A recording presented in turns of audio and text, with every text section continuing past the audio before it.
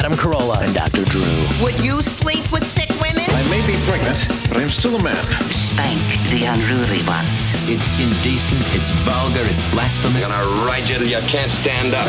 Come on, let's go down. All right, keep your shirt on. LoveLine's meant for an adult audience. LoveLine may contain sexually oriented content. Listener discretion is advised. Here's LoveLine with Dr. Drew and Adam Carolla. Man turns animal for the erotic pleasures of women. It's LoveLine. All right. WEBN.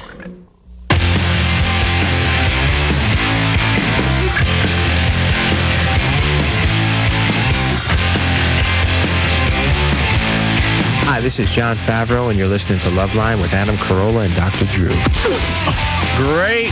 We're here with actor Patrick Dempsey from Outbreak and with Honors and Can't Buy Me Love and a whole bunch of other movies. And he also lives down the street, so I picked him up on the way down the hill, and here he is. He has a movie coming out with Sean Penn and who else? Malcolm McDowell, Kathy Moriarty, Alyssa Milano, Robert Downey Jr.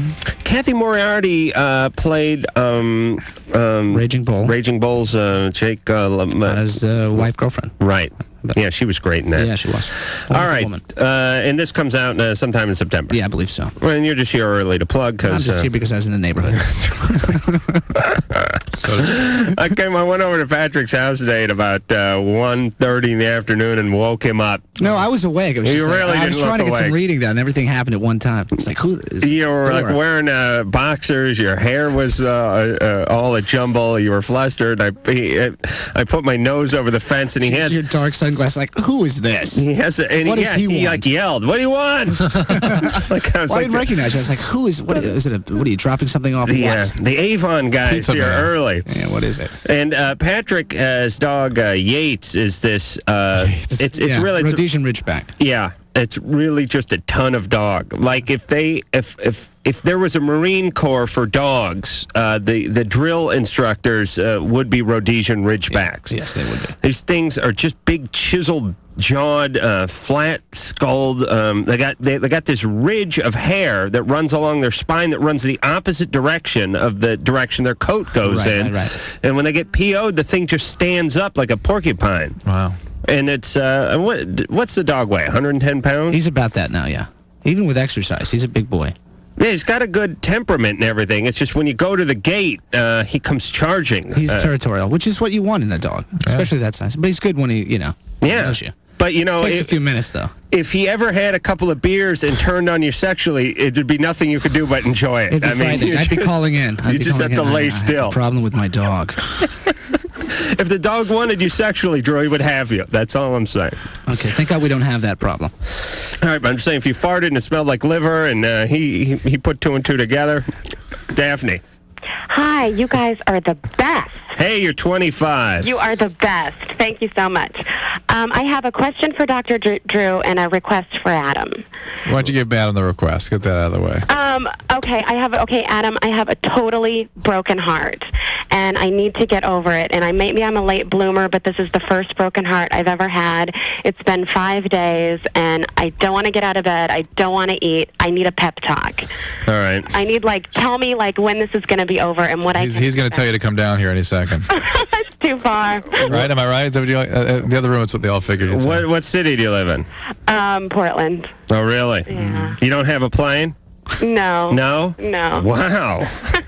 You got a plane, don't you, Patrick? Yeah. Yeah, I got. What do you got? You got a Beechcraft or something, Drew? Well, hovercraft. All right, Daphne. Mm-hmm. When did you meet this guy? Let me get the particulars on the guy so I can custom tailor my pep talk for you. Okay, but don't forget about my question because that's important too. But all right. Well, we'll see how long the pep talk goes on. Okay. If it goes on 15, 20 minutes, we won't be able to get to the question. What's the guy's name? What's this loser's name? Todd. Todd? Yeah. Todd the Tard? Yes. Yeah, Todd. Let me tell you something about Todd.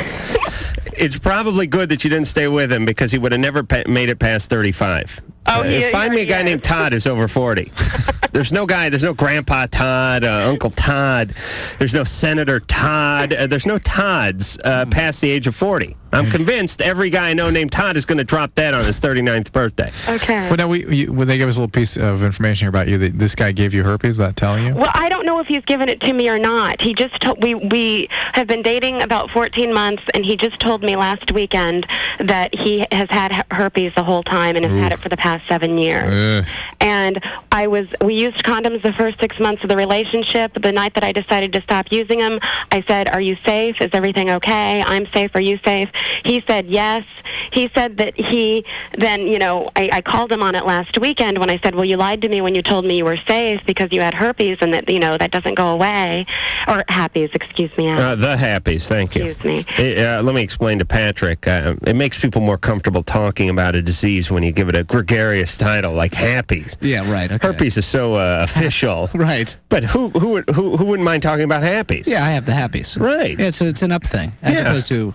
Right, it's a downer of devastating, herpes. Right. Well, Todd thought it was no big deal because he had been taking his Zovirax every day. Oh, he takes it chronically? For a year and a half, he said that he has been taking it twice a day, and that he felt that because he hadn't had an outbreak and because he was on the medication, that he didn't need to tell me. And he didn't think I was in danger. Is this guy? I'm going to try to guess his profession. Okay. He sells pagers. He's a personal trainer. This guy's an asshole. Thank you, Drew. I was going with a limousine dispatcher, RV salesman, or personal trainer. We're all in my list. Todd, the personal trainer. He was dating the mirror while he was going out with you as well, right? Exactly. That's what it came down to. I said, "I love you," and he said, "I love me." Right. He literally said that? Yeah, well, he said, "I guess I don't love you as much as you love me." And then I broke up with him, and he said, "By the way, if anybody asks, I broke up with you, okay?" Would you please, where's that drop again?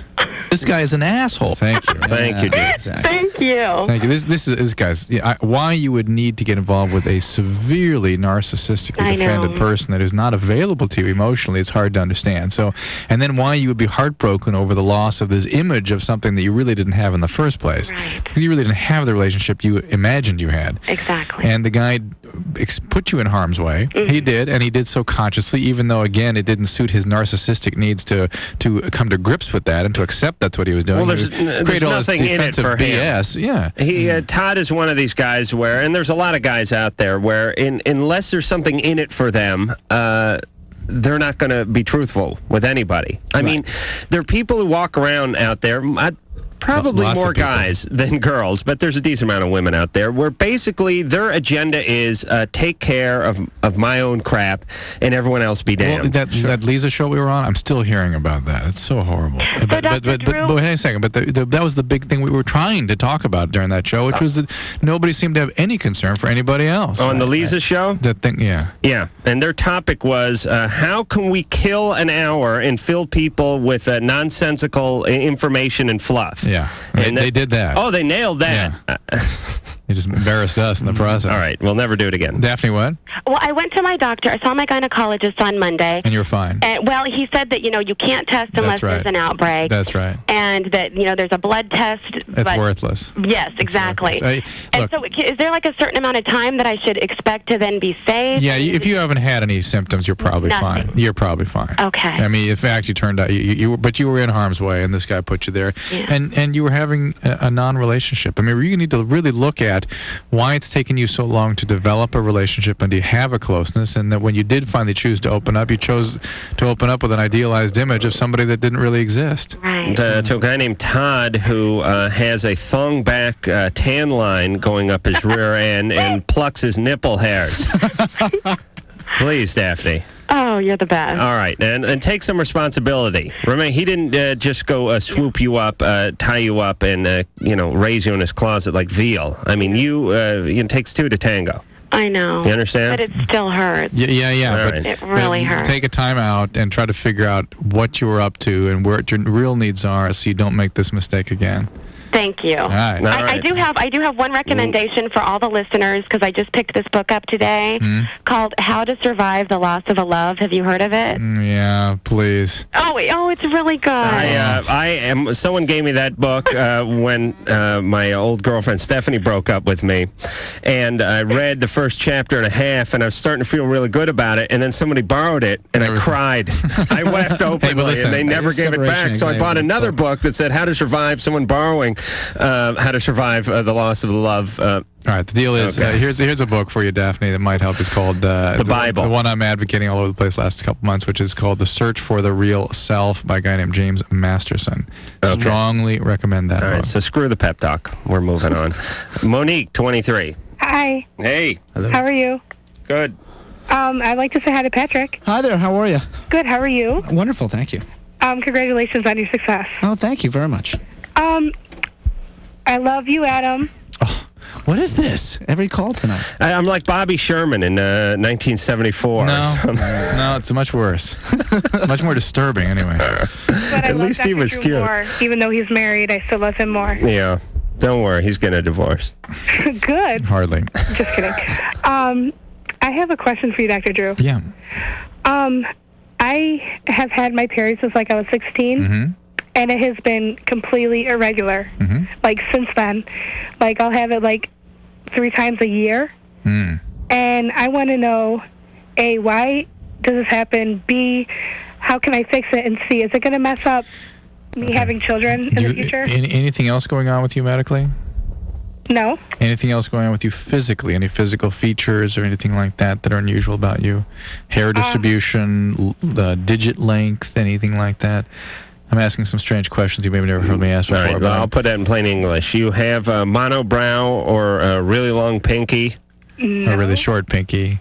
No. Or web fingers or anything else peculiar physically about you? What did they call you when you're in junior high? Are you short? This is how we can figure it out. I'm a little heavy set. Is any that can screw up your periods for sure by itself. It can? Yeah. Why? It's like a thyroid thing? No, estrogen. The fat adipose cells tend to produce a lot of estrogen, and so it can mess up your pills. Anything that causes sort of a tonic elevation of estrogen, like ovarian cysts, can increase your problem. So being real thin can mess up your periods. Being way thin, yeah. And being overweight can mess up your period. Yeah. Periods are very delicate. Oh, yes. Just being stressed, missing a night's sleep can mess them up. The thing I worry about is making sure you're screened to be sure there isn't something like ovarian cysts or endometriosis or even something real peculiar like Turner syndrome. And I suspect it's just the weight, but it ought to be evaluated to be sure. And provided that you don't have any genetic or pre-existing anatomic problems, there shouldn't be any problem with fertility, really. All right. We'll tease this one. Tim, you're 28. You're on with Patrick Dempsey. Yeah. Hey, Adam. It's Drew, team. how you doing? It's team. That's not team. Team. I am team. This is not team. Adam, I just wanted to say you are my absolute mentor. I talked. I said, if this bozo can write stuff jokes like this makes me sick. Quit his job, so can I. Yeah, that's right. That's right. Listen, I didn't quit my job till I got my radio job. Oh, geez. Okay. All right, but listen, hold on, Tim. Yeah. We got to go to break. I want to put you on hold for a second. Sure. And that reminds me, I got some email wanting to hear Team the Russian rapper. So I'll explain Team the Russian rapper, and we'll talk more to Tim, the moron, who's not a rapper to the best of my knowledge, when we come back. After these messages, we'll be right back.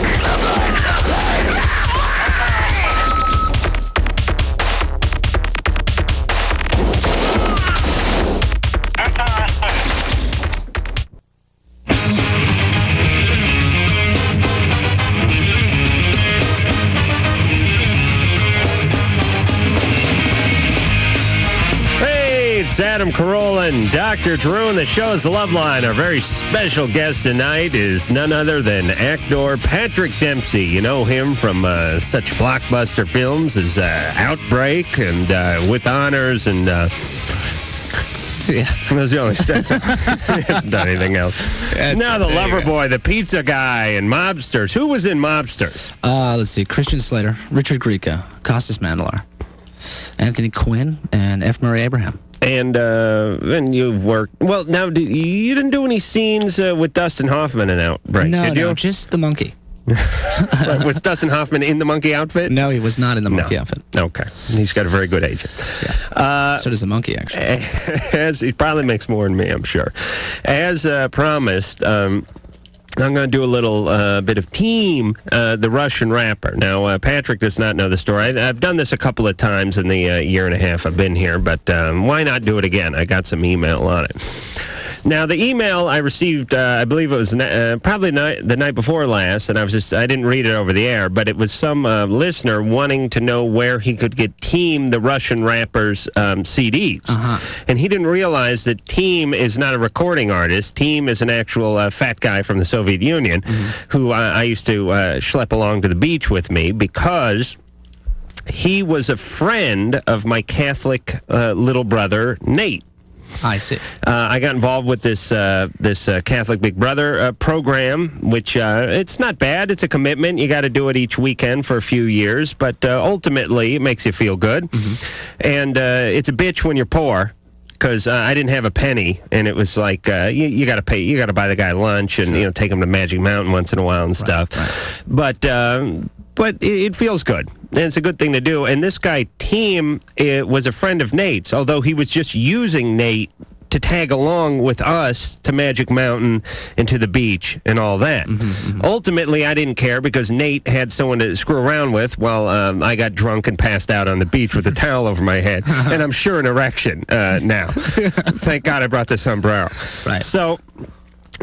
Team was he came over from the Soviet Union when he was 9 years old. He's probably 13 and a half at this point, or at least this is 4 or 5 years ago. He has a thick Russian accent. He's big as a house and white as a ghost, but he's really taken to the American culture, and he loves gangster rap. Right. And he's wearing these shirts that say like "Word Up" and "Dope" on it, and big spleef leaves and everything. Meanwhile, this guy sounds like Boris Yeltsin.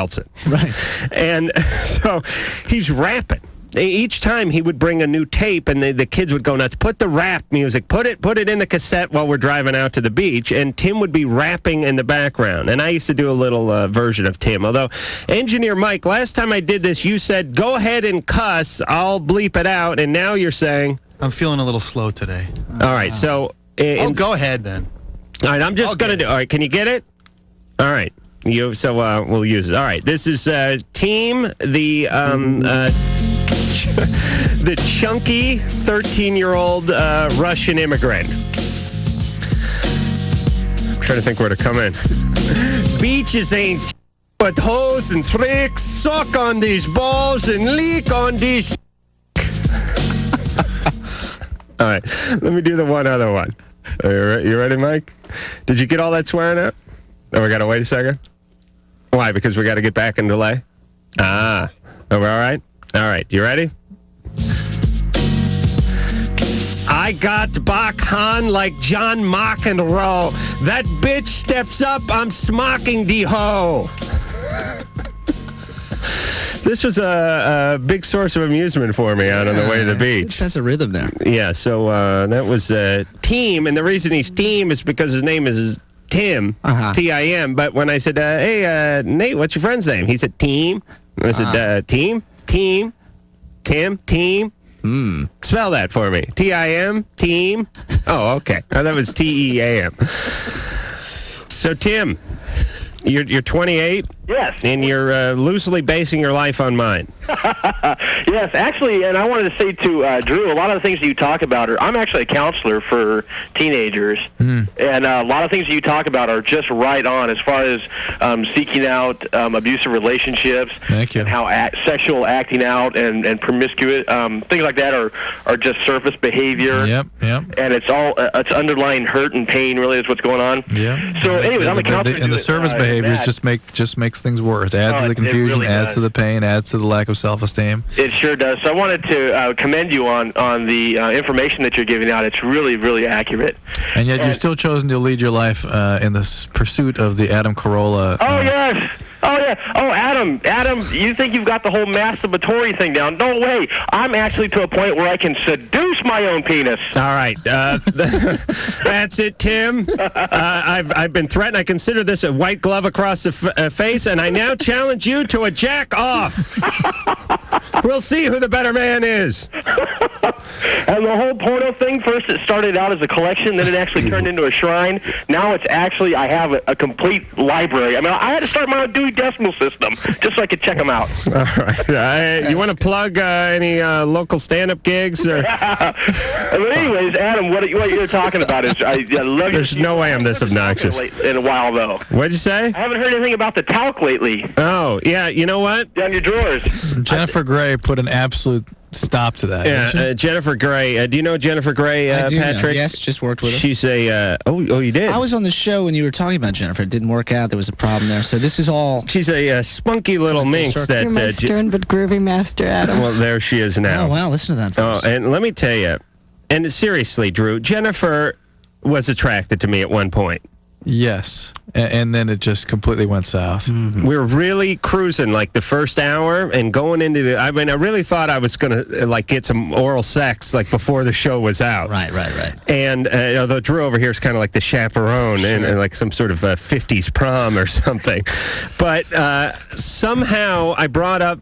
I got cocky. Mm-hmm. This is why I started to feel overconfident, and I started talking about the tremendous amount of ball powder I dumped down my pants before I leave the house, thinking that would be a turn-on to her, because to me it's like a hygiene thing. Sure. And she was totally turned off by it. Well, yeah. It was a deal breaker. And then I remember her talking about it chunking up and paper mache images. The thought of the images of it just crusting over. Please. Quite scary. It can get a little pasty. And you got defensive about it. Well, it's like wet cement. You can put your initials in my scrotum after a hard day. Oh, God. Okay. I can't imagine why she got turned off. Groinman's Chinese. Just, hey, isn't that John Wayne's boot? All right, we're getting a little, we're getting punchy now. The point is I believe I could win her back if I put down the towel. Yeah, I think you got to let that go. So he did. Yeah, that was it. That night. That was the end of the towel. Cathartic. I swore off the towel, but I'm getting back to the towel. Oh, you are? You used to sit down, just kind of a cloud would puff up after. Every time I sat down, it was like a bigger, it was like a vaudeville act. Like a pig pen kind of. Yeah, right. You're losing it. Yeah. Get it together, big All right. Back now. All right. Are we out of delay now? Hey, Bill. Hey. Hey, you're 21. Hey, how's it going? Good. Adam, Drew, you guys rock down here in Kentucky, man. Kentucky. Patrick, loved your movies, man. Thank you. No doubt. Man, I don't know where to start. Last month was my 21st birthday. Well, I always told my wife of 3 years, ever since we had started dating, that my fantasy was to have, a relationship with her and one of her friends. Well, on my 21st birthday, my fantasy came true. Now the problem is, well, she wants my best friend and me, to do about the same thing, and I don't really feel too comfortable about that. I'm trying to figure out exactly what I should do about this. Did you say it was her best friend and her initially? Right. And her best friend, I mean, who she'd known for 10 years or something? Well, ever since, I guess, elementary school. Oh. And your wife's 15 now? Huh? How old's your wife? 23. Okay. Tell her this is something you do on your 21st birthday only, and since you've passed that, you can no longer indulge her with your friend. Adam, why do you think she's requesting him to do this? I'm guessing because she wants to boink his friend. Or, that's one possibility. Or she's a screwed up person who's looking to sabotage the relationship. That, and there's even a third option in this case. All right, well, go ahead and spit it out, Drew. She's pissed off and wants to get back at him. This really hurt her to do this. And she, for some reason, she doesn't allow herself to express that or feel that, because people could develop tremendous surprising and uncomfortable feelings when they're stuck in a situation with a third person coming into an intimate relationship. It is almost never good for somebody. I mean, unless you're like, Don Henley and you buy 5 hookers and just bring them to your Vegas suite or it's something. usually the woman that gets the short end of the deal. The women have a lot of emotional... they're connected to sex emotion. But your wife sort of she brought this. No, he insisted, pushed. Finally got on his 21st birthday, and she's saying, okay, now bring your friend in. Let's go. Because I want. All right, let me get some details here, Bronco Bill. Yeah, Bill. Did you have intercourse with a friend? No, not actually intercourse. What did you do? More or less just rolled around and, lick, touch, this, that, and the other. Mm-hmm. Did she pleasure you orally? No, she pleasured my wife. Oh, she did? Right, and, I kind of got in there, in the front, I guess. In the front of your wife? Right. I didn't push her into it. I just I had made that suggestion some time ago. Right. And it just so happens to be on my 21st birthday. She invited me into the bedroom with her and her friend. Okay, so it wasn't an all-out. I mean, it was fairly all-out, but you didn't actually have sex with the friend. No. Was your wife already having sex with this woman? That I couldn't tell you. So this may be she's keeping it hid. This may actually be choice number 2, Adam's choice number 2. Which is she's effed up and sabotaging the relationship, injecting chaos into their relationship. I think if she wants to have sex with your best friend and you, that Patrick. Now maybe what about maybe she just wants to explore her sexuality. But no, you don't think that's an option? You mean with another guy? No, with another woman, and then vice versa. She wants to. It's not something people do when they're married. It's not. Well, they got married very young too. Yeah, there's part of that. It is a way. It may be something she's inclined to do. I mean, she may not be happy in this marriage, and sort of that might be a thing that she's thinking about, contemplating a way of trying to find some happiness, but it will destroy the relationship ultimately. All right, we got to go to break. We will get back not to Bill. I'm done with Bill, but we will discuss this. We'll have a threesome on the topic of the threesome, because. There's a couple of schools of thought here. This is look, if everyone's adult, everyone's mature, we all agree to it. It's just physical gratification. But why wouldn't it work if everyone's mature? It's a male attitude, and it's a prevailing cultural view that doesn't take into account realities of relationships. I will be playing the part of Socrates. Patrick will be Plato, and Drew will be Gertrude Stein. Okay. Thank you. LoveLine. Be right back. Austin.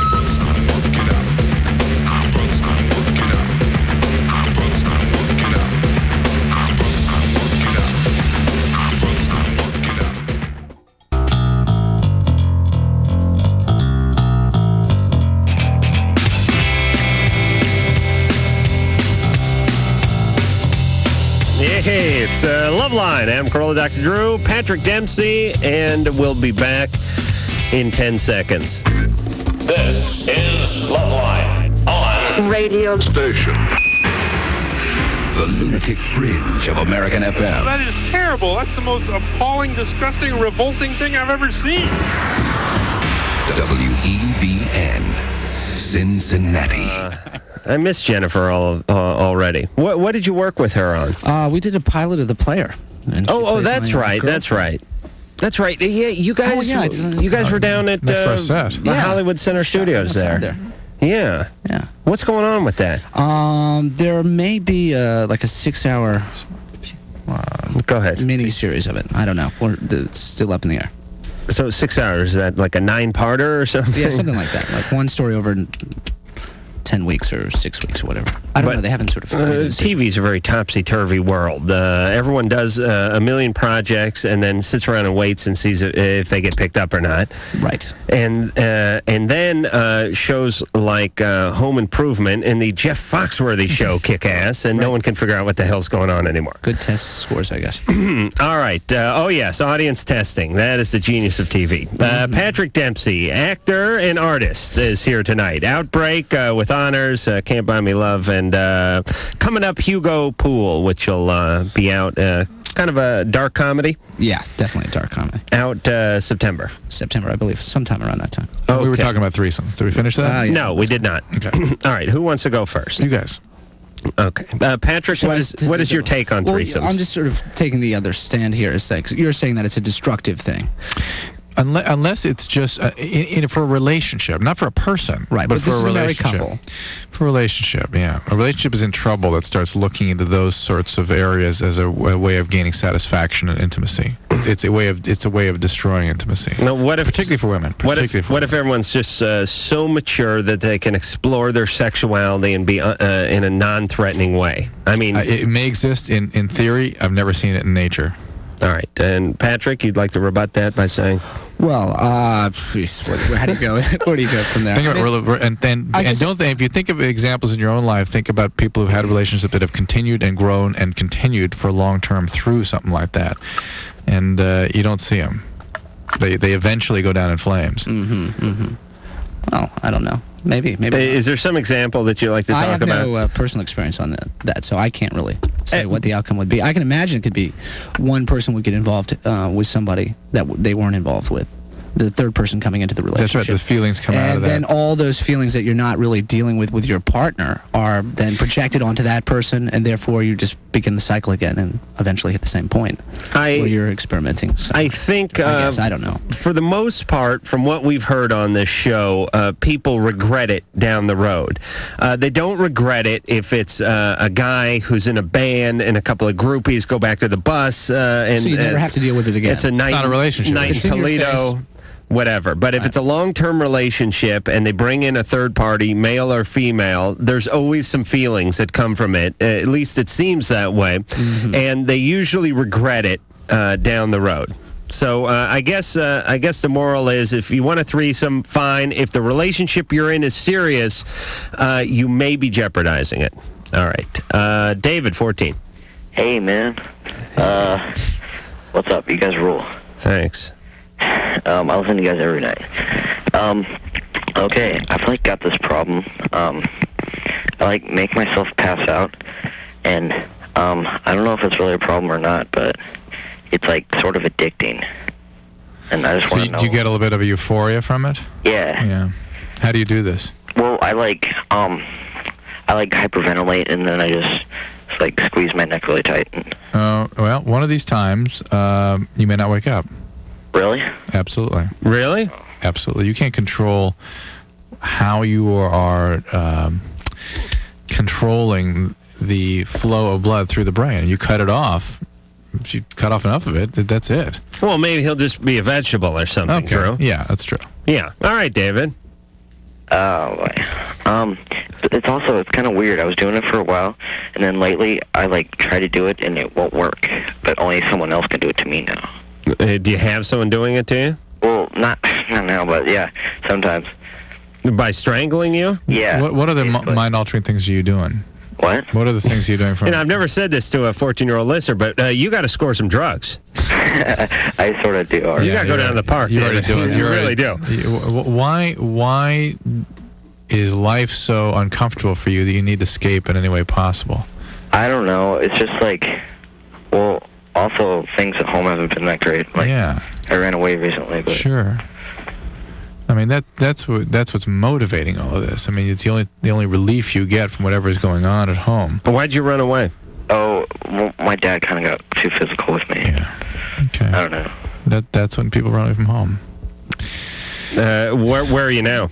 Oh, I'm back at home. It was a little while ago. Was your dad drinking when he did this? Yeah. Yeah, and it sounds like, David, the quality of your relationship with substances suggests that you probably have that biochemistry too. Yeah, he also smokes weed. So. Yeah, and so you are probably going to be an addict as well. Okay, so understand that this motivation to escape right now seems like it's the right thing, but eventually is going to get out of control here.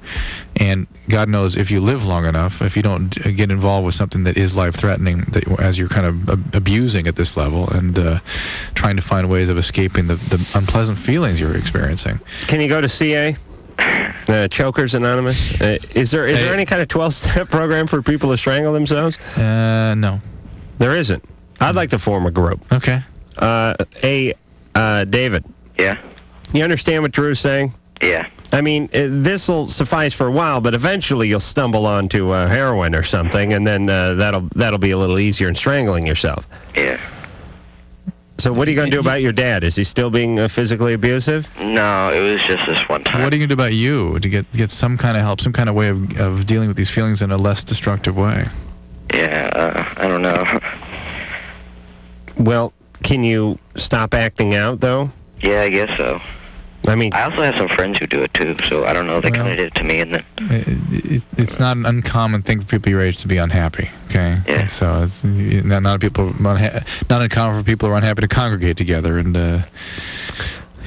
yeah, form a group like the Republican Party. Hey, David. Yeah. All right. So you understand you listen to the show enough to know what's going on. Yeah. Right. Yeah. Your dad drinks a little too much. He's abusive. It's not the greatest environment, and you're sort of experimenting on yourself and taking it out on yourself. And you have some energy. And really, what you need to do is I hate to sound trite here, but I had a fairly miserable childhood, and I got really into playing football, and I just took all whatever anger, hostility, or negative energy I had and just sort of channeled it into that, and it kept me sane for long enough to move out of the house. Yeah. Screwed up my shoulder, though, but at least my windpipe was fine.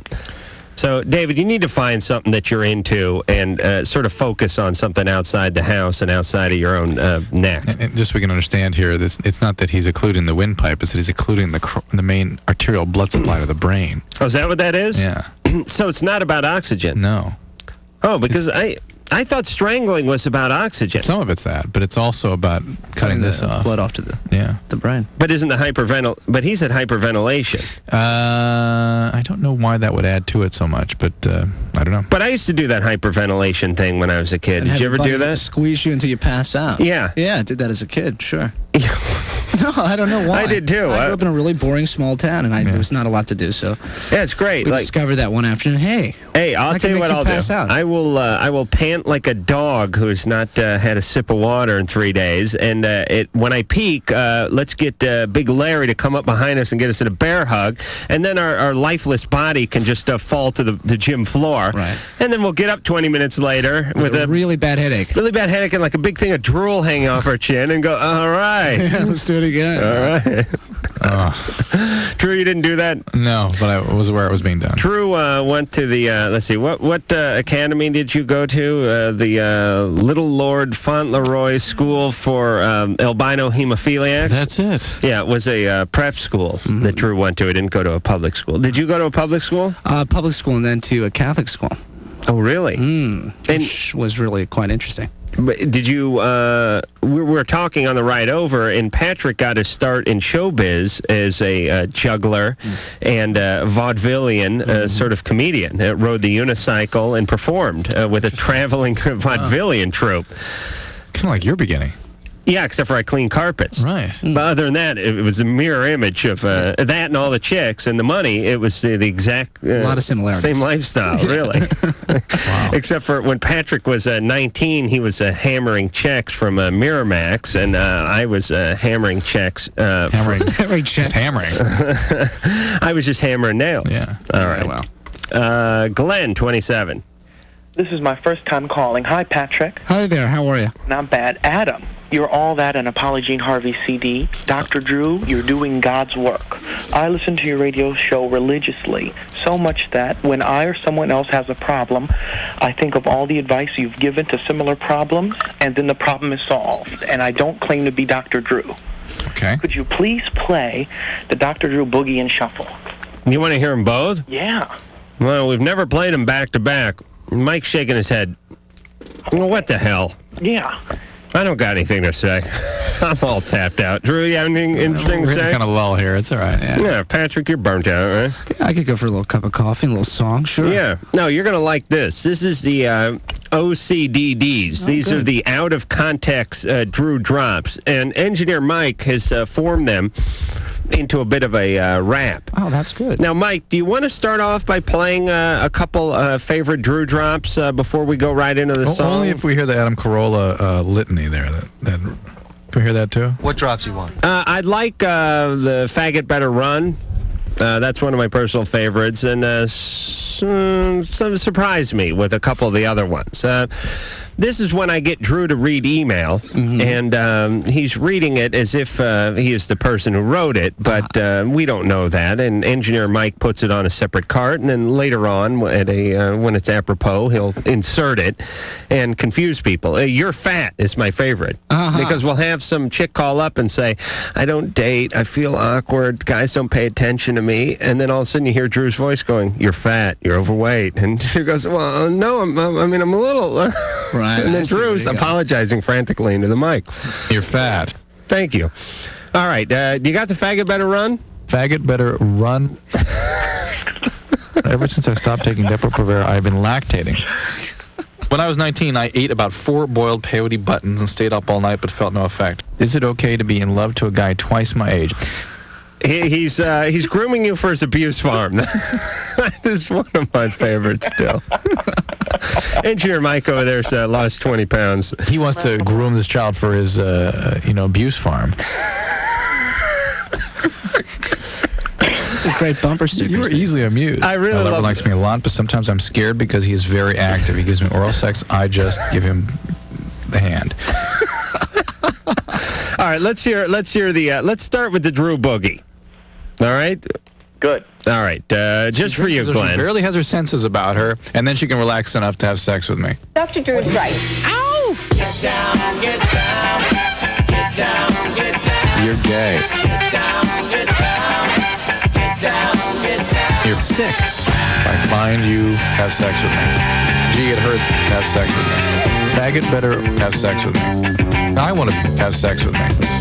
I was bored, so I had my tongue pierced. I was bored, so I put a spear through my penis. Tried to be straight, or I thought I shouldn't be straight, and I was confused. You know, pee on this makes me sick. It hurts when I urinate. It makes me sick. Anal sex makes me sick. This guy's penis makes me sick. I've had anal sex. Gee, it hurts. Got these lesions. Gee, it hurts. Still a virgin. Gee, it hurts. It's called intimacy. Can I say that? You're fat. Ow! Gay. Confused. Ow! Sick. Bored. Ow! Still a virgin. Dysfunctional. Ow! Can I say that? Dr. Drew is right. I'm homosexual. I'm freaked out about it. I'm trying to be heterosexual, but I have these overwhelming homosexual feelings. All right, Drew, the mic's hot, please. All right, there it is, the Dr. Drew Boogie. And Glenn? Yeah. Tomorrow, not tomorrow, whenever we're on next, we'll play the Dr. Drew Shuffle. All right, listen, I've monopolized enough airtime. I'm going to go, all right? All right. Hey, Glenn. Yeah? You're into guys, right? Yeah, especially you, Adam. I'm really into you. All right, just want to make sure. That's sarcasm. Oh, it is? Bye-bye now. All right, don't kid. All right. Unless you mean it. All right, the Dr. Drew Boogie, everybody. Quite amusing, wouldn't you say, Patrick? Yes, very informative. Engineer Mike. Patrick Dempsey's our guest tonight, and Sean, who's 28, is on the phone. Hi. Hey. I'd just like to say, Drew, you're my hero. Thank you. You still make me laugh hysterically. Thank you. I have concern about my roommate. Well, I don't know if it should be a concern, but I have reason to believe that he is gay. And I'm not sure what to do about it and how I should approach it. Is he your friend? Bring it up. Is he your friend? I'm sorry, what's that? Is he your friend? Yes, he is. Bring it up. I mean, the relationship, it's going to be uncomfortable. Why should he bring it up? Because it bothers him. I'm very uncomfortable with it. I mean, I like to think that I'm not homophobic, but at the same time, I never thought I'd have to live with one. So, I mean, it's a little bit uncomfortable for me. What is it that troubles you about it? Just the whole thing. I mean, I'm just worried about, a possibility of some advance being made or something like that, or put me into some situation that I'd be very uncomfortable with. That's interesting. And what about the uncomfortable situation when you ask him if he's gay? Well, that also is a problem. That's why I was hoping that somebody gave me some advice on how I might bring that up. I don't want to just be sitting at the table someday and go, so, are you gay? If you were living with a woman, would you be afraid that she was going to somehow seduce you? No, I don't think it'd be a problem. Women are the number one reason today I'm not gay. You're gay. All right, Drew, hold on. Okay. Oh, wait a minute. Sean. Yeah. How long have you known this guy? A few months. A few months? Yeah, about 6 months. You've been living with him for 6 months? Less. Yes? And have you taken quite a few showers since you've lived there? Yeah. You walked around in your underwear many a time? Yeah. Yeah. No, I'm a little more... He's never done anything? No. No, he's not going to that. But why do guys have a fantasy that male homosexuals are somehow going to advance a predator, make it be a predator of some type? Well, believe me, it's not a it's... Wait, it's not a fantasy? Why? Well, it doesn't interest me at all. In fact, it's sickening. No, but a misconception. A misconception. Meaning, we could have a guy call in who was, 350 pounds in the heavyweight collegiate wrestling championship, who was living with Richard Simmons, and he would be scared that, what if I nod off on the sofa one night and he just pins me down and humps me, and shoves a sock in my mouth, and I can't cry out for help? What is that? I mean, you wouldn't. Like I said, Sean, you wouldn't be afraid if there were a woman living there that she was somehow going to become a predator in your own house. It's more acceptable for me since that I am not gay. But you can't even hear my point, Sean. Okay, I'm listening. You're so defensive about this. That what makes you think that a male homosexual is a different form of human being? That somehow they're going to be a predator in their own home? I don't. Am I putting the question poorly? No, I think I understand your question. Actually, I don't think of him as a predator. I don't want to be put into some situation that would make me very uncomfortable. I mean, he kids a lot. He jokes a lot, and I can't tell sometimes what is joke and what is based on. All right, I'll figure this out. Is the guy neat? No, he's a slob. Oh, he's a slob? Yeah. All right, forget it then. He's not gay. Worse because I detest sharing a bathroom with the guy. All right, but he's not gay. There's no gay slobs. I'm telling you, there's no sloppy gays. Well, this guy is an exception to the rule then. What makes you think he's gay? Just some of the comments he's made, and also the fact that he's had a male friend sleep over a couple of nights. And, the first time I thought, it's no big deal. But then another night, he was supposed to go home. He left. I woke the next morning, tried to wake him up to let him know it was time to go to work. Went and knocked on the door. It's locked. I hear some scurrying around. The door finally opens. This friend is sleeping on the floor now with just a blanket and a pillow only and nothing underneath him, nothing like that. And it's just, it sounded to me like he hurriedly moved from the bed to the floor. Right. To get some suspicion away from them or something. Okay, like so he may be bi. I have no idea, and I don't even want to... All right, let me give you a scenario. Okay. You confront him on his alleged homosexuality. Mm-hmm. Then he says... Why is it your business? Would you shut up, Drew, and let me finish my damn thing? Yeah. And he says, yes, Sean, as a matter of fact, I am gay. I'm glad you brought this up. I'm glad we aired it out. I enjoy men. I don't think I'd be comfortable living with him anymore if that came to light. Why? I mean, that may be Why? Horribly homophobic of me. I don't know. Something about it just... I thought you said you weren't homophobic. I try not to be, and I guess maybe in some aspect I must be. I mean, like I said, I would have no trouble working with somebody, associating with somebody, knowing somebody, but living with them is a complete... It's a whole different... Why? What do you feel? I'm sorry, what's that? What do you feel about living with him? What's your... I don't think I could do it. Why? I'll tell you what's happening. I'm doing it now, but I mean... All right, Sean, do you want the truth? Yes. You don't trust yourself. Yeah, that's it. You're scared you're going to have a six-pack one night. Yeah, that's it. Check out, there's going to be like some Calvin Klein underwear ad on late night, and you're just going to go, screw it, I'm taking the plunge. Yeah, that's not it, let me tell you. Sometimes a man just needs to be held. Yeah. No, I don't think that's the case. I don't know. Sean, let me give you a quick little piece of data. They did some testing. Drew, we've talked about this before. It's real interesting. They did some testing where they took men who were homophobic, and they took men who just could care less, and they put them in a room, and they hooked their genitalia up to some sort of meter or some sort of equipment, and they showed them gay erotica. The men who were homophobic, the gay bashers, registered much higher on this equipment watching the gay erotica. Sure. So, be careful. Methinks thou protest too much, as Shakespeare would say. I always worry about anybody who protests too much. I worry. This is why I don't like evangelists, by the way. The more someone gets up on a pulpit and screams about something, the less I believe they believe it. Right. And the more full of crap I think they are. And the more uncomfortable a guy is around a homosexual guy, the more I think he's just uncomfortable around his own sexuality, and this gay man just sort of represents his sexuality. Physically there's really no there's no doubt about it. Yeah. But the fact is, Sean may, because of Sean's issues, may need to move out of this situation. It has nothing to do with the roommate. Roommate's just doing his thing. Right. And it's, thank God, not that he discriminates against the guy or that he dislikes the guy. He's just uncomfortable, and he's uncomfortable what's going on inside him. All that being said, I'm sleeping over at your place tonight, Patrick. Oh, the dog's going to be there. That's why I'm sleeping over.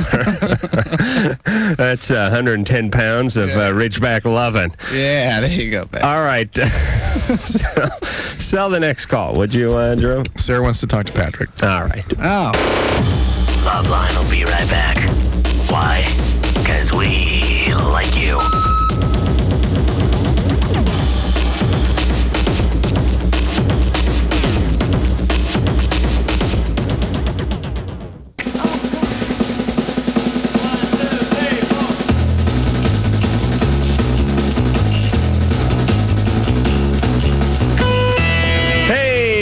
Kitties, it's LoveLine. Phone number 1-800-LOVE-191. Fax number 310-854-4455. You're gay. Longtime actor who's a guy who's been in the business for a million years but isn't old. Patrick Dempsey is here. And when we're driving, I picked up Patrick and we carpooled to work tonight. This is a first, by the way. It is Been good. doing the show for almost 2 years. I've never picked up a guest.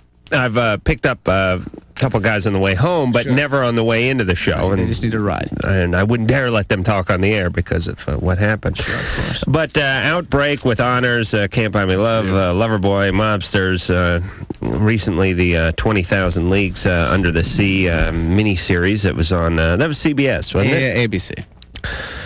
Whatever. Yeah, okay. Yeah, it doesn't matter. And Patrick Dempsey is here tonight. What is this? Oh, this is Recipe for absinthe. Yeah, is this? Should we be reading this? Well, it's interesting. Whoever faxed it is tremendous information. I appreciate it. Now I feel like I'm at least up to speed. All right. This is absinthe. This is this old elixir. Just read it. It's interesting what's in it. Just read the list. Vodka, crumbled wormwood, anise seed. What is that? Anisette. Anisette? How do you say that? Anisette. I don't see a T in there. There's no T in there. Oh, anise. Fennel seed, cardamom pods. Lavender, thyme. Marjoram, ground coriander, chopped angelica root, and a lot of sugar. This is a Simon Garfunkel song, isn't it? Sage, who the hell? Listen, look, if you put half of this crap in the blender and shotgunned it down with a little vodka, you'd be effed up. There's no doubt about it. No Thank you, thank you, Lisa. It was Engineer Mike's. It is now. Birthday. How old are you, Engineer Mike? 30 years old and doesn't look a day over 25. Can still fit into his junior prom dress. All right. There we go. Sarah, 17. Hi, Dr. Drew. Hi, Adam. Hey. I just want to say you guys rock my world. Thank you. Much love. Okay, and now my question is for Patrick. Oh, yes. I'm pursuing an acting career, and when I go to, like, auditions and callbacks and stuff, Right. I get, like, really, really nervous, and I'm really insecure about the way I look. Right. And that adds to it. So, I mean, do you have any tips about how I could, like, get around that? And she's 17.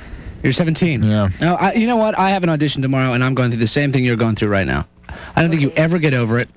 You end up learning how to manage it, so you can sort of function. But you're always going to have to deal with fear. You're always going to have to deal with, like, somebody's always going to look better than you. But and how that's are you? part of it. How are you auditioning these days? I mean, you're not just auditioning. Yeah, you got to go in. You got to go in and do a reading for something for a part you want. But they asked for you, right?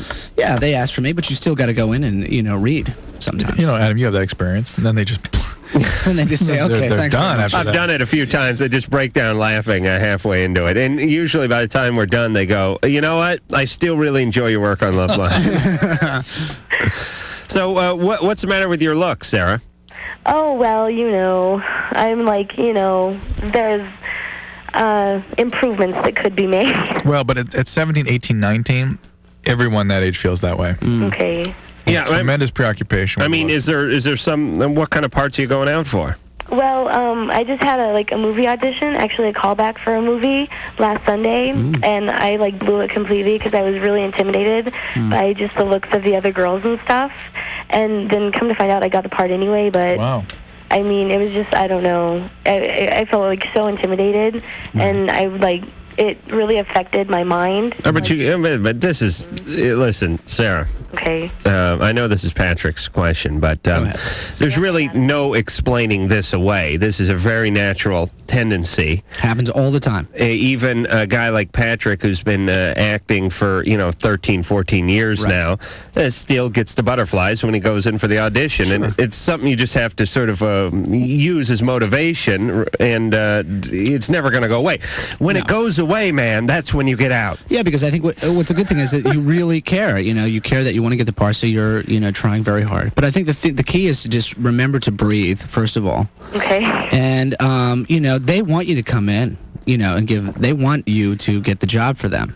So you're there, and basically all you can do is just do your homework, and by doing your homework and having something to focus on, it takes your mind away from your insecurities and your fear, so that you can sort of channel it in and do a good performance. Sarah, do you have any scripts there in front of you? No. Do you know any plays? Yeah. All right, you want to do a scene from I don't know, Annie Get Your Gun or Our Town with the great Patrick Dempsey. Oh. I don't know any of those big plays or anything. Right. How nervous did you get with that question? Pretty nervous. Yeah, me too. I can't believe it. Oh my gosh. All right, Sarah, you're 17. You'll be fine. Yeah. Show up prepared. Breathe and oral sex. Oh my gosh. Well, I'm saying, do you want the part or not? Oh, Adam. Please, it's time to get real. You don't need to sell yourself. That's how Patrick got his first role. Please. Come on. That's why he's on the show tonight. What are you talking about? Yuck. All right. I was just kidding, baby. Well, thank you so much. Okay. Welcome. Don't worry about it. Okay. All right. Thanks. All right. It's a tough profession, this acting profession, and there's here's the thing about. I'll tell you the big difference between acting and radio. In the acting profession, there's a lot of really talented people that aren't working. Right. That's true. It's really a lot of really untalented people who are working. Who work all the time. Yeah, that's true, too. Yeah, please, all you actors, get into radio. I know quite a few actors and ran in a few circles with some people that were just amazing talents that were, bartenders and waitresses, and they'd send out their headshots and try to get representation and never get any calls back. They would put on productions and try to get industry in there, and they'd offer them free cheese and white wine, and they wouldn't come out and watch them. A lot of amazingly talented people who really can't make a living at it. Right. And it's I guess you have to do it because you love it, because there's a good chance it may not work out. Yeah, completely. Jenny, 14. Hello?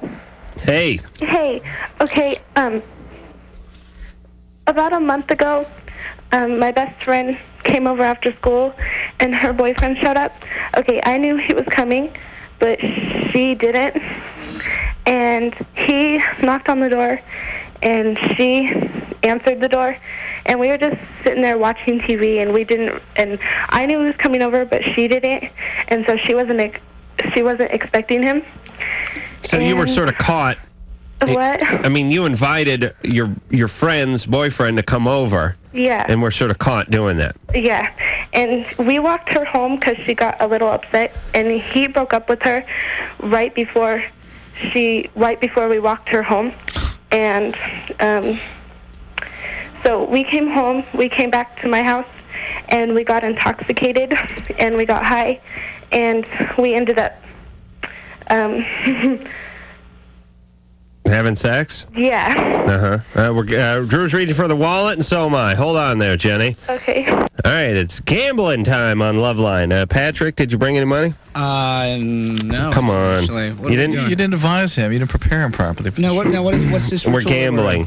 Do you have money at home, Patrick? Yeah, I do. Can I write you an IOU? Are you serious? Because I'll front you $1. Okay, front me $1. All right. And it's going to be real embarrassing when I actually ask to come in. Listen, I need that $1. Okay, great. If I don't, I'm going to do it. Okay, good. All right. I'm fronting $1 for actor extraordinaire Patrick Dempsey. Now, I said that like I meant it. Yeah. No, I've always been a fan of your work. Thank you. I with honors, best thing in the movie. Even with Joe Pesci was in that movie, it was, made Joe look like some sort of amateur. There you go. All right. Jenny. Now, here's what we're going to do. We're going to gamble on Jenny's past. Okay. She invited her best friend's boyfriend. Nope, he's got it. He got it. Sexual abuse. Sexual abuse. There you go. All right. Here's a thinking man. Drew. I'll go last. Okay. I'm going to go with... Wait, that was my bet. That was one. Okay. Right. You're going with sexual abuse. Okay. Well... who abused her sexually? Father, stepfather, something like that. Yes, nearby. Right. Nearby. Okay. I am going with Dad out of the picture early, real early, and never male figure around, looking for attention. Go ahead, Drew. Lots of siblings, maybe even became a foster child at one point. Okay. Jenny, Hello. what happened? None of you are right, though. Oh. I'll do that now. What's your past like? Perfectly fine. Uh-huh. We'll be the judge of that. Where's your parents? They are here now, but they weren't. Uh-oh. Drew, wait, hands off the money. What do you mean they weren't? Jenny? Yeah? Is that your foster mother? No. Okay. What happened? What do you mean they weren't around? When all this took place, they were out of town. They were in Reno. And all right, let's turn the calendar back. Yeah. When you were are your parents still married? Yes, they are. They are. My dad's a very bad alcoholic, though. So. Oh, damn! We always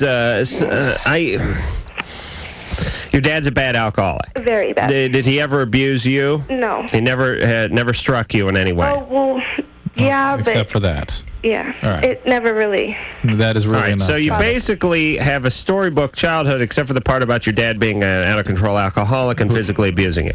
Yeah. Okay. Yeah, it's perfect. Other than that, it's really what dreams are made of. All right, so did he ever sexually? No. Did anybody else ever sexually abuse you? No. No. Inside or outside the family, nothing. Nothing. And so the real problem is your dad is an alcoholic. Yeah. Did you? Is this the first time you had sex? No. How old were you when you first had sex? 12. And who was that did that? What? How old was the person that did that to you? 15. Well, that's right on the border. I mean, anytime somebody who is well into puberty has sex with a 12-year-old, I would consider that abuse. It's getting there. To it's close. If the guy was 16 and you were 12, it would be hands down abuse. 15 is real cuspy, but anytime a 12-year-old is having intercourse, I believe there's that is a form of abuse. It's usually the case. Yeah. Okay. So here's what we're getting at. We knew something was up, Jenny. Yeah. This is not normal adjusted behavior. Having drunken intercourse at 14 with your best friend's boyfriend. You understand that, right? Yeah. Just because... no. All right, so you've had a lot of stuff go on in your past, and now you're sort of acting out. Yeah. Right? And hold on. And it's going to get worse. You'll just continue acting out until you either get pregnant or get killed or get hooked on some drug or some abusive husband pistol whips you one night in a drunken rage. Yeah. All right. So you have to stop acting out. Hold on, I got control of this. But you also have to drop your denial about your family. You must get through and acknowledge what really is going on there. Because that's what's motivating. She said, everyone's wrong. My family was fine. Everything's perfect. Perfect. She said the word perfect? Yeah. Mm-hmm. Jenny, it wasn't perfect, was it? No. No. All right. So, as Drew said, drop the denial. Be realistic with yourself. Understand you're acting out. Yeah. And see what you can do about not acting out on these impulses, which aren't good ones, which may feel good temporarily, but eventually you're going to get screwed. You're going to get pregnant. You're going to get AIDS. You're going to get whatever. And every time you do this, your esteem drops down a notch. There's a big price to be paid for doing this to yourself. All right. Is that a push? Yeah. No one wants alcohol. We're all in the arena, but missed the mark. Boy, yeah, we're really warm there. So is there, like, you can talk to your counselor at school or something like that?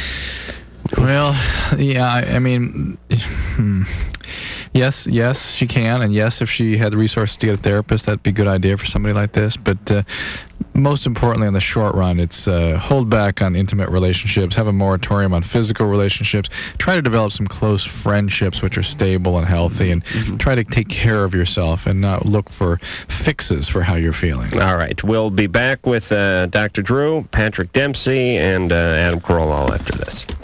The phone number for LoveLine, 1-800-LOVE-191. Call now, all you sick kids. LoveLine will be right back.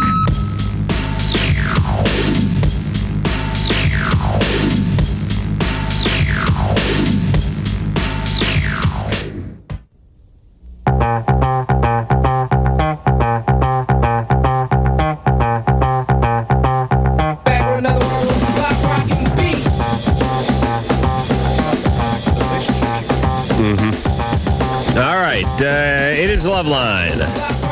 I'm Adam Carolla. That is Patrick Dempsey, and he is none other than Dr. Drew. Screw the phone number, screw the fax number.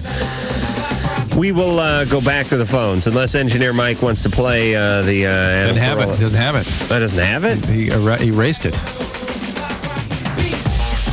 Why did he erase it? I don't know. I liked it. I liked it too. Why'd you erase it, Mike? That must have taken you 3 hours to put together. What are we talking about? What? What is it you think we're talking about, Adam? I thought Drew wanted to hear the everyone mispronouncing my name, saying it's Adam Carolla for LoveLine. Adam Carell. Doing the breakers. Well, I just kind of threw that together during a break once. We thought it was save funny. on the computer. Oh, you had it on the computer? Yeah. Oh, I thought it was funny. I can do it again. I'll do it better, stronger, faster. Okay, well then give us a shot of a drunken Donna D'Erico. That and all will be right. Gratify us. Please. Mike's up off his... He's up off his seat now. Oh, that's on a reel? Donna D'Erico's not on a cart? I haven't put it on a CD yet. What the hell is going on in there? Ann, please. What? He's already made one CD. We're making another CD. We're in the transition. But they weren't originally on Don't worry carts? about what's going on in here, all right? All right. Just tend to your All right, business in there. you get your Estee Lauder catalog, and we'll go back to the show. Tanya, 22. Hi. Okay, here's my problem. My sister had an abortion recently, and she lives with my mom, but she won't tell them. And she's really regretting it and depressed and all now. And I don't know if I should tell my mom or not. I mean, my husband says to tell her because the doctor was really rude and everything and made really rude comments. And Oh, the doctor made rude comments? well, he told her, oh, this might make you feel kinky. And then he told her, oh, well, I'm not the one that got myself knocked up. And Was this Drew? Hardly. no. Okay. How old is your sister? She's 20. Wait, I'm not understanding. Why do you want to tell the parents? Well, she's very immature. I mean... All right, let's cut to the chase here, Tanya. Your sister borrowed a sweater too many when you were young and stole a boyfriend or two from you, and it's payback time. Wrong. Please, Tanya. I didn't live at home when I was younger. Where'd you live? Out with friends. Oh, okay. Around.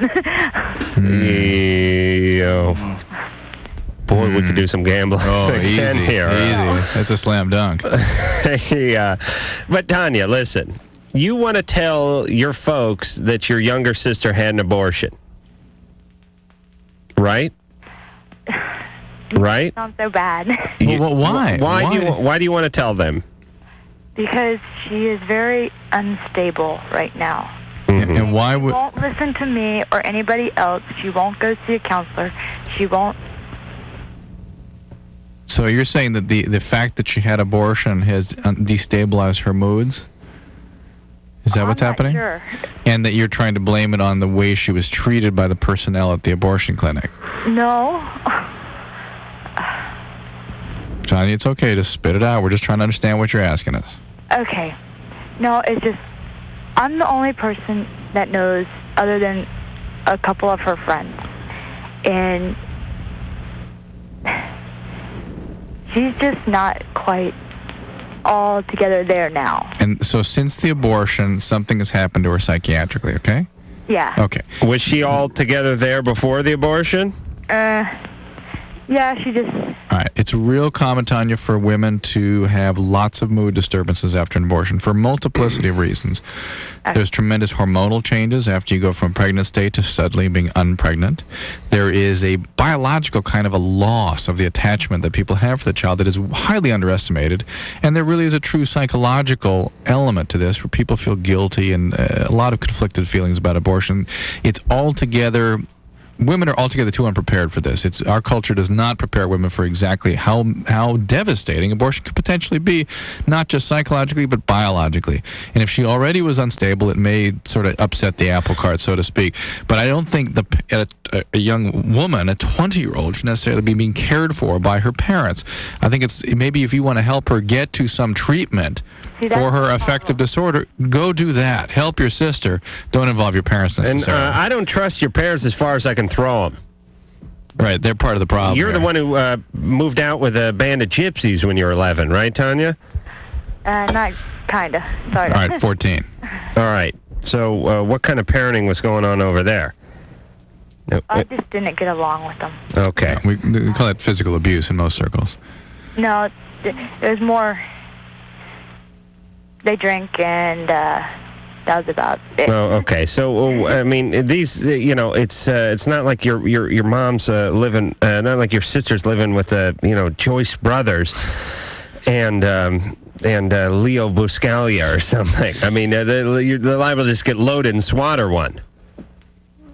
I'd like some points for thinking of a popular male psychologist, by the way. Thank you. Very well done. Thank you. Tanya, I'm known as the idiot of the show. Yet again, you have yet to give me a single reason why your parents should necessarily be because she involved. ruined a sweater when she was 14 at first. Or I'm telling you. Because I think I live a long way away. I live 3,000 miles away, and I know, but yet I can't get there and help her and try to be there for her. But again, the issue is not the abortion, is that she's become ill psychiatrically and she needs to get help.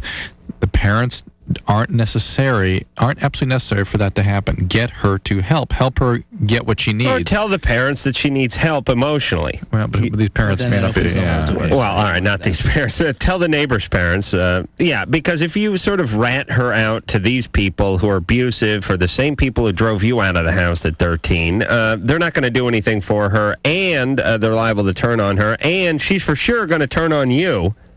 And I never trust anyone's motivation for ratting anyone out. No. It's they always say it's always couched in, I care so much about her, I felt she needed to know her boyfriend was cheating, or whatever it is. And this is why Adam gets so angry with you. Oh, Ann over there. Oh, Ann, whenever there's a bachelor party, it is Ann's job to float around from wife to wife to wife, alerting them to what their husbands were up to in Vegas. And Don't give me anything to tell. Listen, I find this is a despicable character flaw. This is Why? this is a character flaw. Do you understand that? In the first place. Oh, Ann. Oh, baby, you got to spend some time in the mirror, baby. You really got to look into that. Let's not go there. Oh, Ann. You weren't at his bachelor party. I was so. I was there when the golden shower was going on. Uh-huh. That's when I yelled my famous line.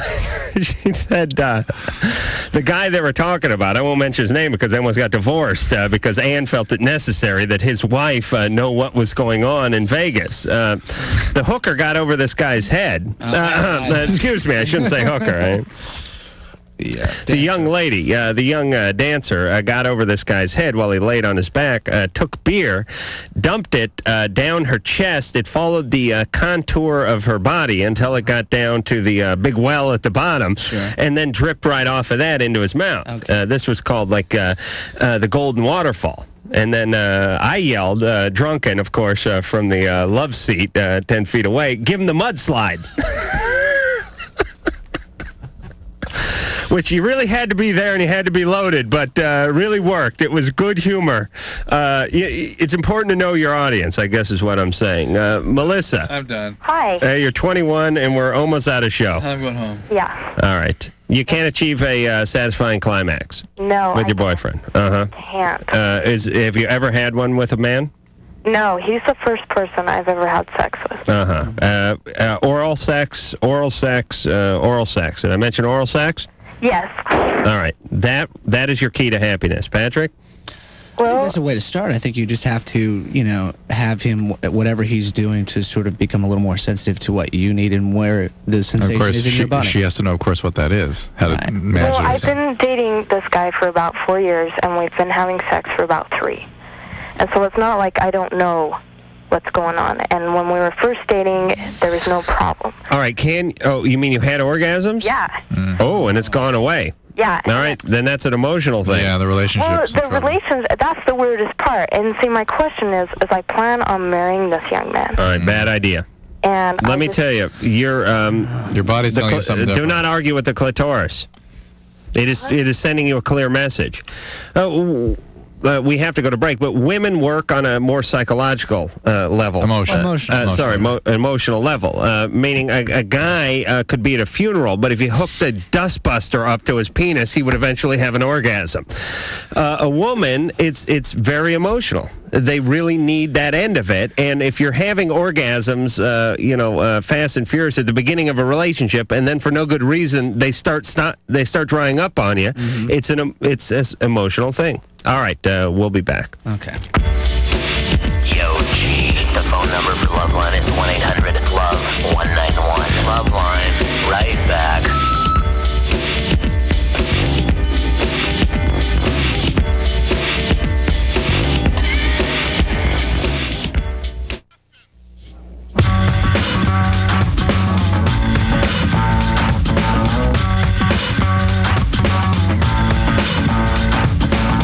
Hi, this is Clive Barker, and you're listening to LoveLine with Adam Carolla. Adam Carolla. Adam Carolla. Adam Carolla. Adam Carolla. Adam Carolla. Adam Carolla. Adam Carolla and Dr. Drew. You're really craving. I'm so craving right now. So need a cigarette. That guy is cool. All right, Mike, do you have Donna D'Erico just for Patrick? And this is Donna D'Erico from Baywatch. That sounds fun. Donna D'Erico, guys, she had a few drinks in here. That's all right. The top came right off. The tongue loosened up, but so did the blouse. All right. Patrick Dempsey, thank you very much. Hugo Pool is the name of the movie, out in September. And I'll tell you what, Patrick. Yeah. How about just like 2 or 3 days a week, I'll pick you up and drive you in here with me. I'll come in 3 or 4 times a week. Yeah, hang out. You Educational. become a fixture. Yeah, I'd love to. All right. Seriously, whenever the movie comes out, and I guess it will be in September, you come in there and I'll come back. We'll plug away. Okay. All right. Dr. Drew? All right. I want to thank Ann. I want to thank the beautiful Sherry. The beautiful Sherry lost a companion. It was a kitty cat that was like, what was it, like 15 years old or something? 17. 17? Oh, no. And what is that in kitty years? Is it 7 years 119. or something? The thing was, no. How old what are cat years? A dog years are 7. What's a cat year? I don't know. The cat years are, I think, is that the same as dog years? I don't know. They don't correspond directly. They age a lot quicker earlier in life because they have to be. It's called precocial youngsters. It's a rough life a cat has. I mean, you grow up fast, you grow up hard. It's not easy. All right. So anyway, our condolences go out to the not only Sherry but the cat's family. And until next time, this is Adam Carolla for Dr. Drew saying mahalo. And this is Donna D'Erico from Baywatch. That guy is cool. This has been LoveLine. The opinions expressed herein are certainly opinions, that's for sure. If you'd like a written transcript of today's program, you probably should have written it down yourself. And if you did, we'd like a copy. LoveLine producer Ann Wilkins. This broadcast was copyright 1997 Westwood One Entertainment. This music is MXPX on Tooth and Nail Records. Sit, Obo. Obo, stop dragging your butt across the carpet.